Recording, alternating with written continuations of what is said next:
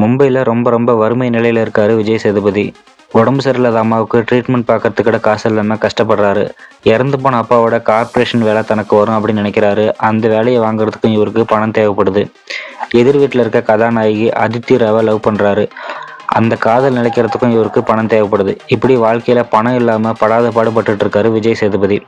அதே மும்பையில் மிகப்பெரிய பிஸ்னஸ் மேனாக இருக்கார் அரவிந்த் சாமி. ஒரு அரசியல்வாதி பண்ணுற சதியால் தன்னோட சொத்துக்கள் எல்லாத்தையுமே இழந்துடுறாரு. கவர்மெண்ட் இவரோட சொத்துக்கள் எல்லாத்தையுமே ஜப்தி பண்ணிடுறாங்க. இப்படி ஒரு சுச்சுவேஷனில் அரவிந்த் சாமியும் விஜய் சேதுபதியும் மீட் பண்ணிக்கிற மாதிரி ஒரு சுச்சுவேஷன் வருது. இதுக்கப்புறம் என்ன ஆச்சு அப்படின்றதான் இந்த படத்தோட கதை.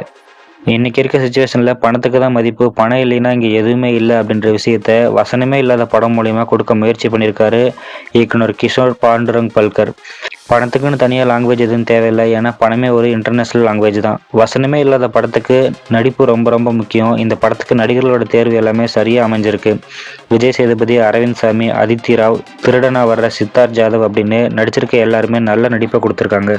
வறுமை, பசி, பாசம், அவமானம், காதல், பேராசை அப்படின்னு பலவிதமான உணர்ச்சிகளை நடிப்பு மூலியமா வெளிப்படுத்தியிருக்காரு விஜய் சேதுபதி.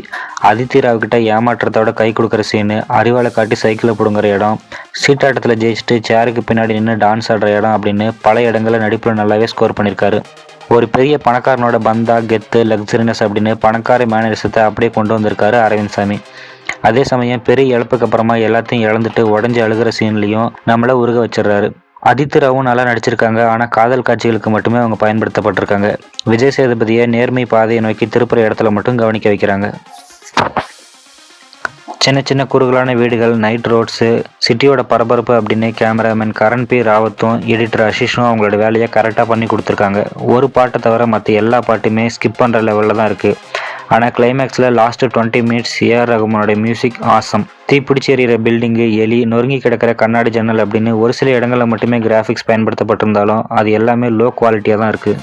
வசனமே இல்லாத படம் அப்படின்னு நம்ம சொன்னால் கமல் நடிப்பில் ரிலீஸ் ஆன பேசும் படம் தான் இன்னி வரைக்கும் நின்று பேசக்கூடிய படம். அந்த படத்துலேருந்து இன்ஸ்பயர் ஆகி அதில் வர மாதிரியே ஒரு சில காட்சிகளை இதுலேயும் வச்சுருக்காங்க.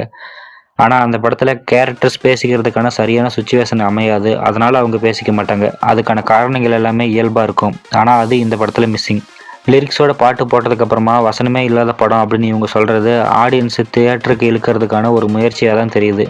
சைகையிலேயே வர ஒரு சில காமெடி காட்சிகள் நல்லா இருந்தாலும் போக போக அது நம்மளை சோதிக்க ஆரம்பிச்சிருது. கதை எதை நோக்கி நகருது அப்படின்னு நம்ம தெரிஞ்சுக்கிறதுக்குள்ளாரையே ஃபர்ஸ்ட் ஹாஃப் முடிஞ்சிருது. லாஸ்ட் 20 மினிட்ஸ் அரவிந்த் சாமியோட பங்களாவில் நடக்கக்கூடிய காட்சிகள் மட்டும்தான் ரசிக்கிற மாதிரி இருக்குது.